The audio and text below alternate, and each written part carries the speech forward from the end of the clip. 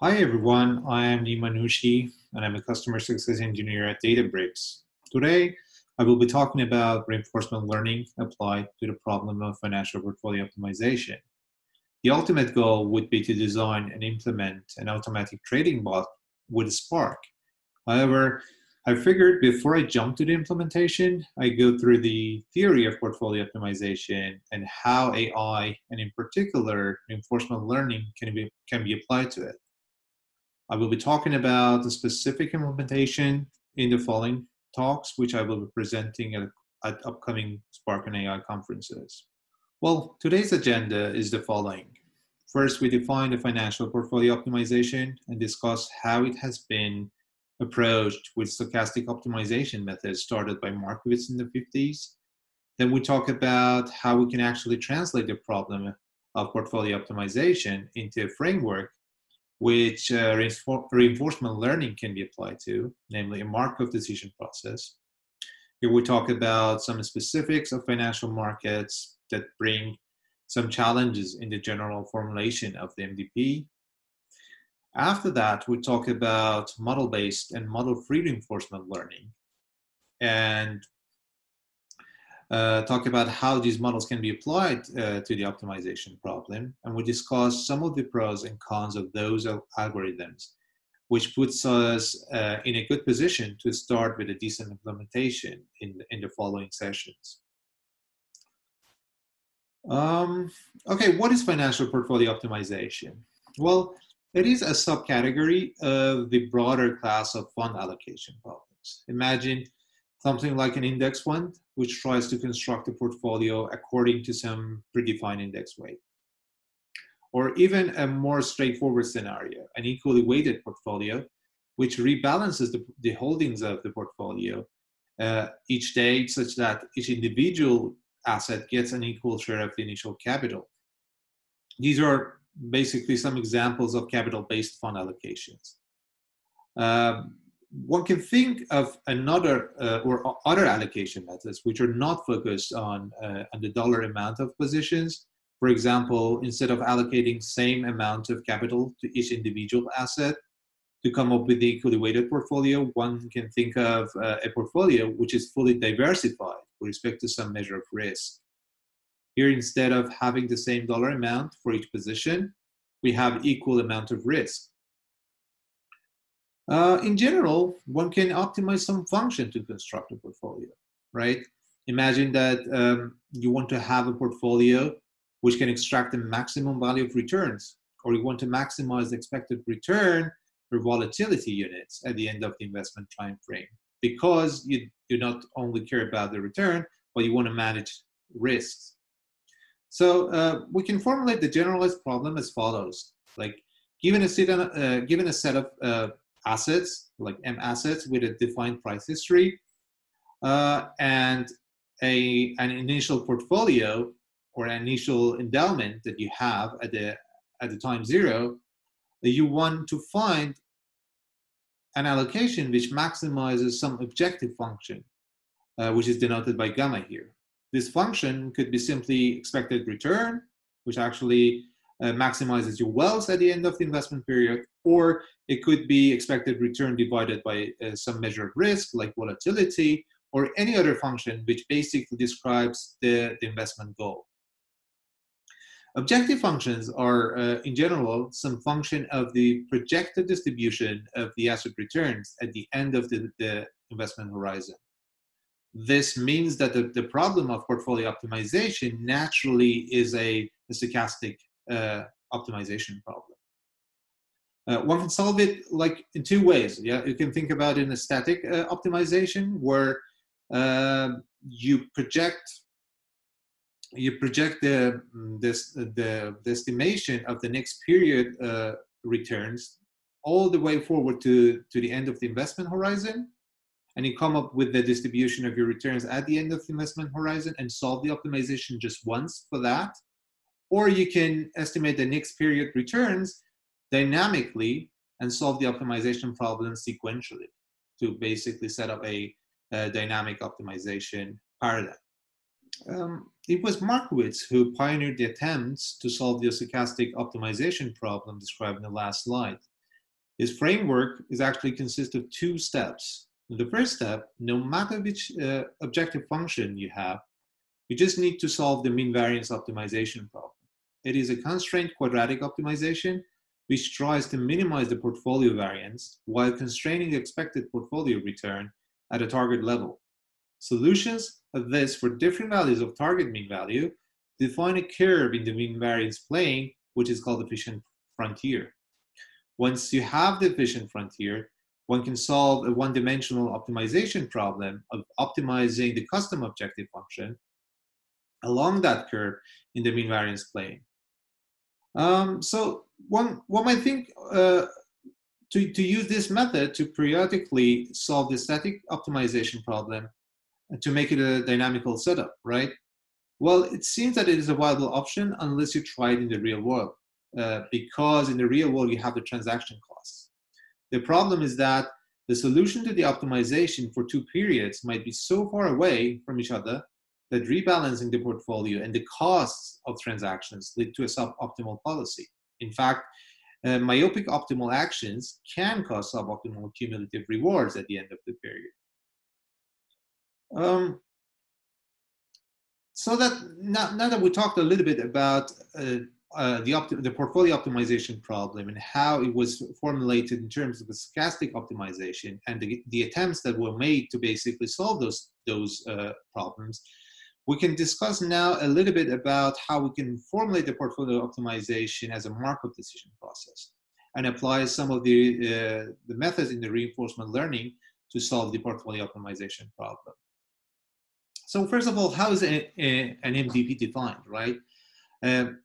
Let's assume a setup where at each time step, an agent starts from an initial state, takes an action, which is some kind of interaction with the environment, and the environment gives a reward to the agent and changes the state, right?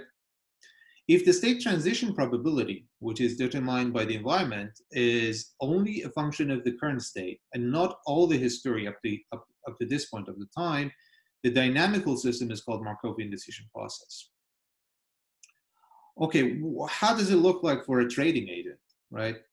At the beginning of each period, the agent has to rebalance the portfolio and come up with a vector of the asset holdings. This basically defines the action. So the action of a trading bot would be directly the portfolio weights that he's coming up with at the end of each period. What about the reward? What is the reward function of the environment? In general, identifying reward is a little bit more challenging. And what is reward? Reward basically is a scalar value which fully specifies the goals of the agent.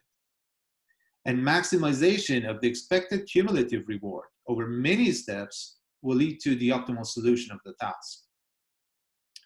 Let's look at some examples.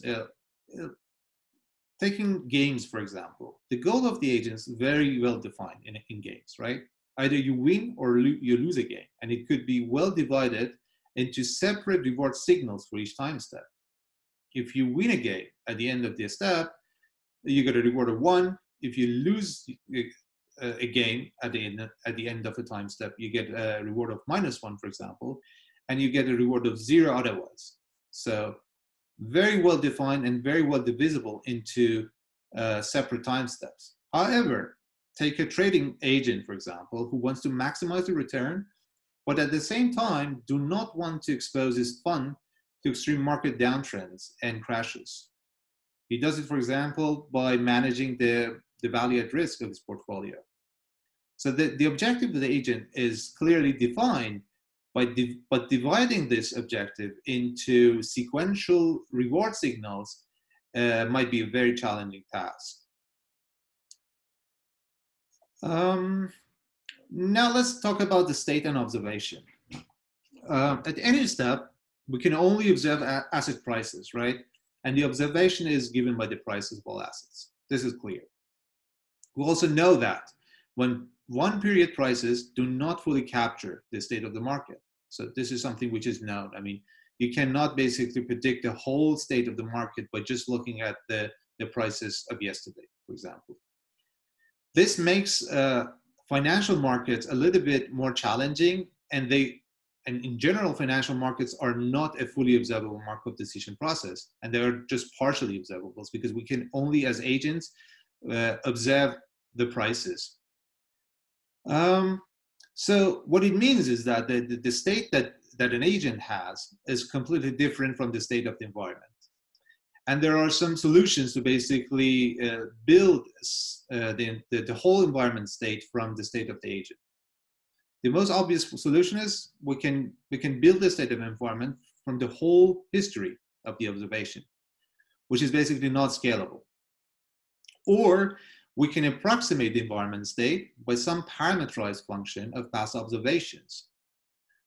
When we're working with time series, as we're doing that in financial markets, it is natural to assume that the state generating function is not only a function of observations, but also a function of the past generating states, right? So we think of some models which has some kind of memory. Let's look at some of the examples. Gauge models. So these are the models which are widely used in quantitative finance, and they are basically constructed in this way.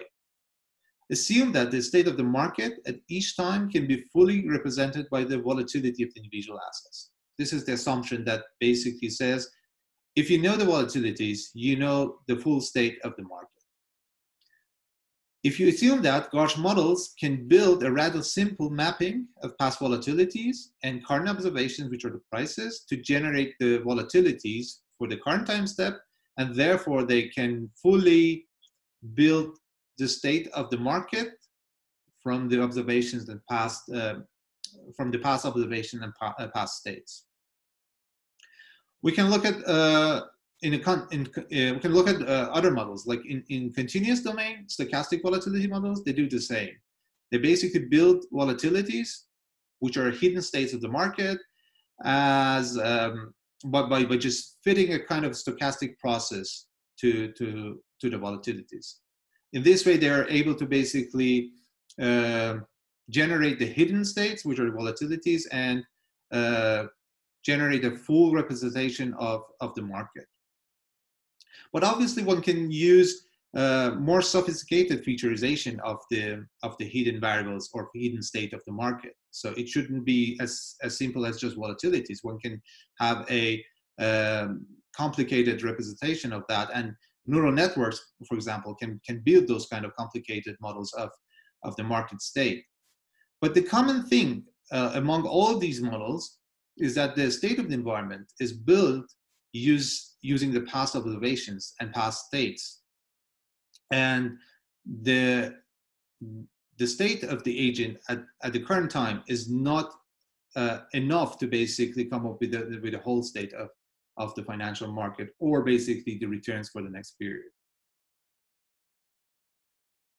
Okay, now that we talked about the MDP formulation of portfolio optimization a little bit, I want to go through some of the main components of the reinforcement learning in this part to basically put us in the position to come up with some algorithms that we want to eventually be implementing using reinforcement learning. Policies. So policy is simply mapping from a state which an agent experiences to an action that he takes. It could be deterministic policy, which means that if an agent finds himself in a certain state, he will always take a certain action. Or it could be a probabilistic policy, which means that he will choose a certain action from a spectrum of all possible actions with some predefined probability. Concept of value function. So what is value function? Value function is defined as the expected amount of reward one can get from an MDP starting from a state and following a certain policy. For example, if we define the reward of a trading bot to be just log returns of portfolio returns at the end of each time step, the value function would be the expected amount of cumulative return at the end of the investment horizon. And models. What are models? Models are just agents representations of the environment, and it defines the transition probabilities of the states in the environment. For example, if you assume that the next step returns of the financial time series follow a Gaussian distribution, the model of the environment is fully defined via the transition probability of a Gaussian distribution. So now that we have all the ingredients in place, we want to talk about the model-based reinforcement learning in portfolio optimization, how the setup looks like, and how we can basically build algorithms based on these setups. We start from our familiar MDP setup, where an agent interacts with the environment and gets rewards based on the action he takes. But now the idea is that the agent first tries to learn the model of environment from the transition he has been experiencing. So he's not going to optimize the policy directly from the experience, but he first tries to learn some model from the transitions that he's been experiencing, and then based on that model, he will try to solve a kind of optimization. So at each time step, the agent first predicts the next state because he has a model for the environment. So he predicts the next state and the reward he will be getting based on the action he took. Then he observes the real transition, the real rewards that he got from the environment. And then he can basically incrementally update his model because he has a model and he has a loss function that he can basically train the model upon. So what are the advantages of that kind of paradigm? So there are some advantages, especially in financial portfolio optimization. The most important one is that there has been a lot of studies about the behavior of financial markets and the properties of the financial time series data. It is very easy to basically implement those findings directly into a model-based reinforcement learning paradigm, right? So you basically can put all those findings explicitly into a model and then have a model that best describes the financial market transitions. So things like volatility clustering, things like heavy tails of the returns, tail dependence among different assets, existence of jumps, and non-stationarity can be directly modeled and learned from the data. But then obviously there are some disadvantages because you have an explicit model that you have to first to learn. There are some sorts of errors and approximations coming, right? So you first have to learn a model, and if your model is not an accurate representation of the environment, the optimal policies that you learn based on that model won't be optimal at all because you have a model which cannot or is not basically describing the market as good as it can or it should. So let's formulate everything that we've been talking about model-based reinforcement learning. What should we do? Well, in general, if we want to basically use reinforcement learning or model-based reinforcement learning, we need to gather some experience by interacting with the environment and figuring out the model from those experiences that we have been gathering, right? But in finance, it is a little bit much easier because the interactions that we make with the environment, which are basically the transactions that we make, do not affect the state transitions. What do I mean by that is that any time that we buy or sell any asset in the market, we can assume that this kind of transaction does not change the prices, so that we can basically separate the whole action from the whole transition, and we will have a setup which has only the transition of the prices. So basically we can look at the history of the prices or the returns, and we can basically train a model based on that, or supervised model based on that. So the whole approach will look like something like this. We pick a parameterized model which predicts the next state transitions or comes up with the probability distribution of the next time period returns. We pick an appropriate loss function so that we can train that model. And then we find the parameters which minimize that loss function, and we basically can train the whole model on our data set. Let's put all of this into a generalized algorithm that we can use for any type of model-based reinforcement learning. The input to this algorithm is simple. You have your trading universe of M assets. So basically you have to define what kind of assets you want to trade in. You need to define the parametric model, which you think predicts that the returns of the market the best.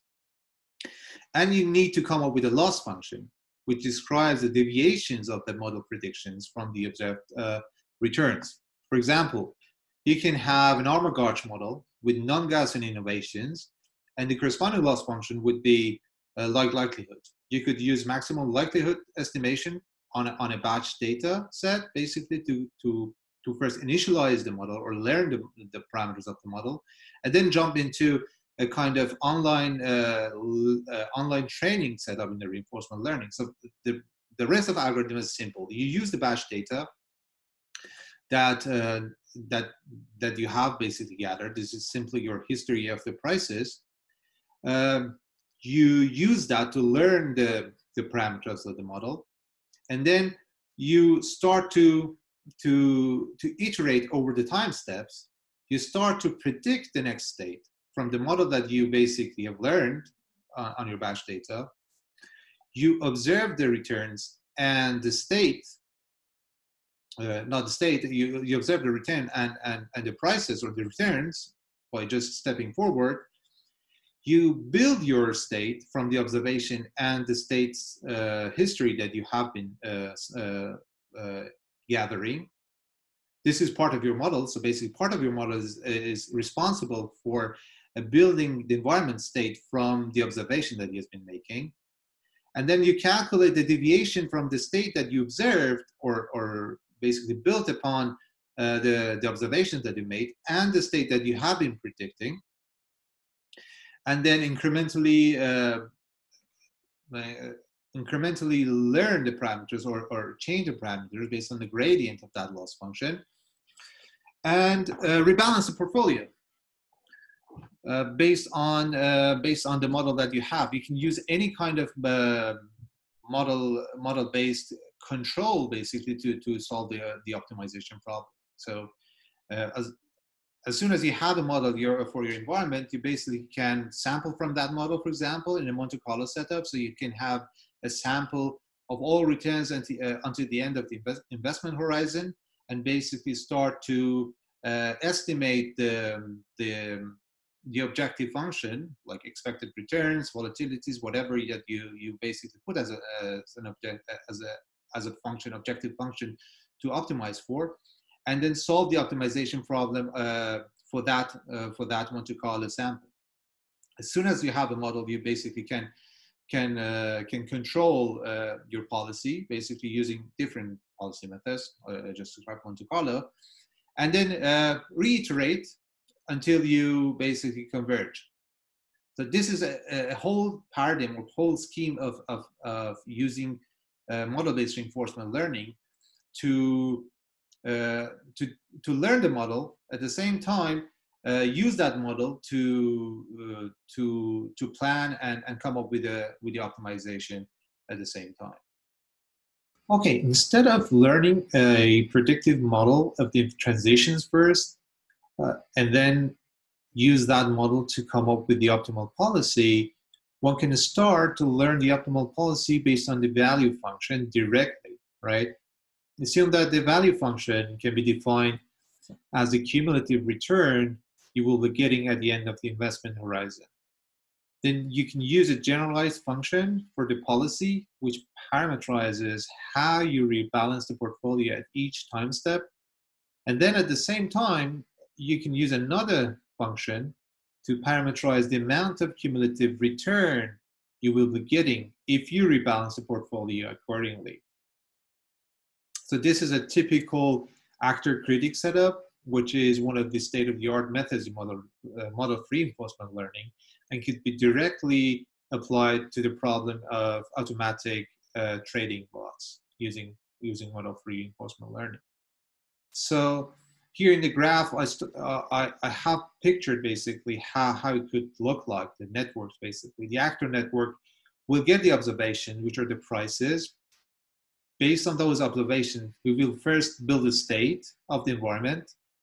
and then use that state to come up with some action, which is basically the portfolio weights. And then a critic network at the same time uses those weights, those portfolio weights, and of course observations of the prices at the same time. He builds a state upon those again, and then come up with a value, right? With a value, how much that rebalancing will basically give you a cumulative return at the end of your investment. So basically, we'll roll it out until the end of the investment horizon. Look at the returns that you will be getting and give you an estimation of the value you will be getting from that action that you picked from your actor network. And these setup can be jointly trained via different state-of-the-art algorithms. I just put a generic DDPG, so deep deterministic policy gradient algorithm, and it could be applied to this specific problem. And this is something that I will be trying to do alongside a model-based reinforcement learning to be able to show how we can implement those in Spark and use some of these Spark features to basically parallelize those model trainings and come up with the ideas how a full implementation will look like. So let's briefly talk about the kind of challenges and the problems that all these kind of models that we talked about have. So as I said before, I mean, it is very important and crucial to reinforcement learning algorithms and MDP formulation to have a clear reward function signal, right? It is kind of challenging for a generalized portfolio optimization framework to come up with reward function generators. If you have some sort of complicated risk functionals like value at risk, or any other quantile-based risk measure of the portfolio returns, it might be a problem to basically engineer a reward generating function. The other thing is about the environment, the financial market environment. It is a very complicated environment. It is a lot of features which basically make it very hard for the models to learn effectively. And on top of that, there is a general theme in financial markets. So basically, the ratio of the signal to the noise is pretty low compared to other areas, which basically reinforcement learning has been successfully applied to. So things like games, things like image processing, text classification, stuff like that. So basically, the nature of financial markets and the nature that these are very noisy environment makes it very hard for the reinforcement learning algorithms to learn it. Added to those problems, there are some specific problems with model-free and model-based reinforcement learning in financial markets. For example, if you want to use model-free, there are limited amount of training data. So you know that the financial time series, if you, for example, want to learn a model which uses daily return data or daily prices, you basically have like 250 data points for a year. And then if you want to train your model on a history of 10 years, you will not have more than like 2,000 to 3,000 data points to basically train your model. And this is very, very small amount of data, which basically means, combined with the fact that the financial markets are very noisy environment, will make the models to be very prone to overfitting and not being able to generalize well for the out of sample data. In a model-based reinforcement learning, you could have some of these specific characteristics of the financial markets modeled explicitly into your algorithm, but then you will have to come up with ways to cope with model uncertainty, changing of the models, inaccurate models, and your hyperparameters of the models. And these will directly affect your optimal portfolios and optimal solutions that you will have at the end of the day. So there are some ideas that can basically use the benefits of both worlds to make reinforcement learning a kind of viable option for portfolio optimization, kind of hybrid methods that you basically start to learn a model, at the same time use model free to generate samples and augment data basically to basically cope with that limited amount of training data problem, and try to use model free reinforcement learning on the generated data from the model to get more accurate type of solutions. But these all have to be tested and taken very carefully into the account.